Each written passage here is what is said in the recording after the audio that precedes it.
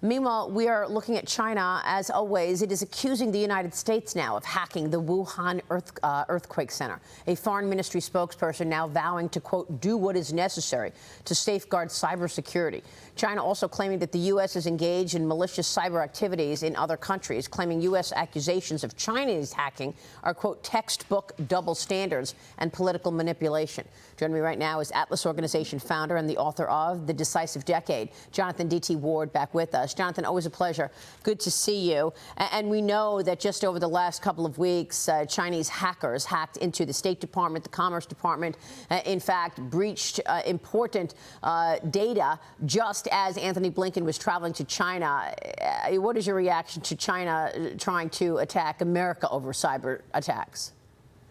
Well, sure, and that's just the latest in terms of what they've done. I mean, the OPM hack many years ago, I think, alerted many people to the nature of China's activities here. I mean, their attacks or probing of Guam recently is another dimension to this, but they're busy setting up a counter-narrative of their own, which is how everything goes in this relationship. Any concern that we have, they're going to say you're doing this too. I mean, they want this idea of, putting the two countries together and having the major power relationship where they're essentially on an equal footing with the United States, and they're going to be sure to create counter-narratives that, even if you look at the balloon incident where they basically said that it was a weather balloon and we were wrong to shoot it down. I mean, it just shows how useless it is to be dialoguing with these adversaries. I mean, it makes sense to do it on some level, but at the same time, we're not getting through to a total adversary that is absolutely bent on surpassing us economically, defeating us militarily, and being sure to bring its public opinion along with that entire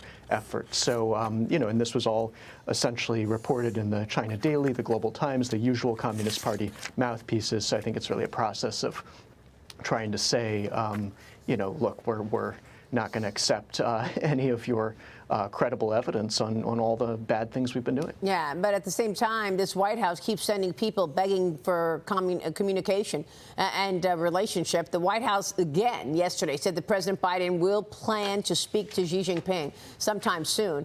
China is not explaining why it unexpectedly removed Foreign Minister Qin Gang. Gang has not been seen in public in more than a month, Jonathan. What's your take on this? Is this another disappearance, that they disappear people that go against the narrative of the CCP? Well, I think he was widely understood to be a Xi Jinping loyalist, and Xi Jinping is still is surrounded by loyalists. I mean, the entire Politburo, as we saw at the last Party Congress, is filled with his allies. And this was a very short tenure as foreign minister. I mean, it was just over 6 months. So, we still don't know what happened. I mean, plenty of rumors, especially online in China. I mean, a lot to do with a mistress, those sorts of things. But the replacement by Wang Yi, I think, does tell us something important. I mean, Wang Yi is someone that has been part of this apparatus for a very long time, and not sort of the rising star wolf warrior type that Qin Gang was. And Wang Yi, I think, for American viewers, is probably most best known as one of the two interlocutors in the Anchorage, Alaska meetings with Blinken and Jake Sullivan, which were, essentially awful. I mean, they really tore into the U.S. side and showed the entire Communist Party sort of anti-American narrative from the highest levels of Chinese government right in our faces. So, putting Wang Yi up there, I think, means that you have somebody who absolutely shares the Xi Jinping worldview, at least in terms of the important strategic stuff. And, Blinken has said he works well with Wang Yi. Well, on what? I mean, what have they really accomplished in these diplomatic efforts? I mean, pretty much nothing. But insofar as there's a working relationship there with a totally hostile counterpart, we're seeing something that I think we are Jonathan, familiar with. I want to move on. I've got to ask you about what took place in the Congress yesterday. There is somebody blocking the amendment in the NDAA that would strip out all Chinese, Russian, Iranian, and North Korean securities from the federal thrift savings plan. It looks to me like because they blocked it in the House, the Senate had to act. They passed a measure this week requiring investors to notify the Treasury Department when they invest in Chinese companies involved in artificial intelligence and quantum computing. Jonathan, I don't know if this is a victory, that you think it's a victory or not, but the truth is there are some in this administration that apparently are on the side of permitting, allowing the equities of Chinese, Russian, Iranian, and North Korean companies into the international fund of the Thrift Savings Plan, meaning the Thrift Savings Plan, the 401k for government employees. What's your take on what happened yesterday, that the Senate has actually moved on at least part of this? Companies are trying to move on companies invested in quantum.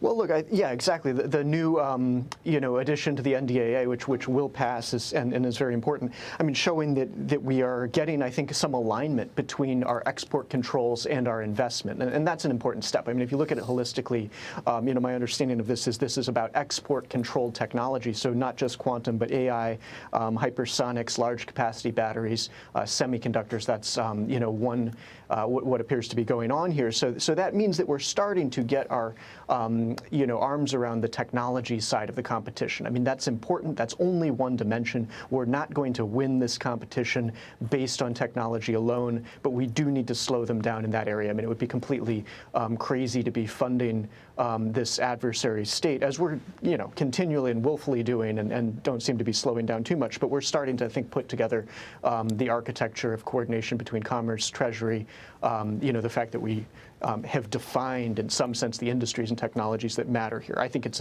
too limited, but it is a step forward. Well, we're still waiting on the White House to see an executive order in that regard, but we haven't seen it yet. This amendment was attached to the NDAA. Senate leaders hoping for passage as well. Jonathan, good to see you. Thanks very much. Always great on Communist China and the threat there. Jonathan D.T. Ward joining us. Thank you, sir.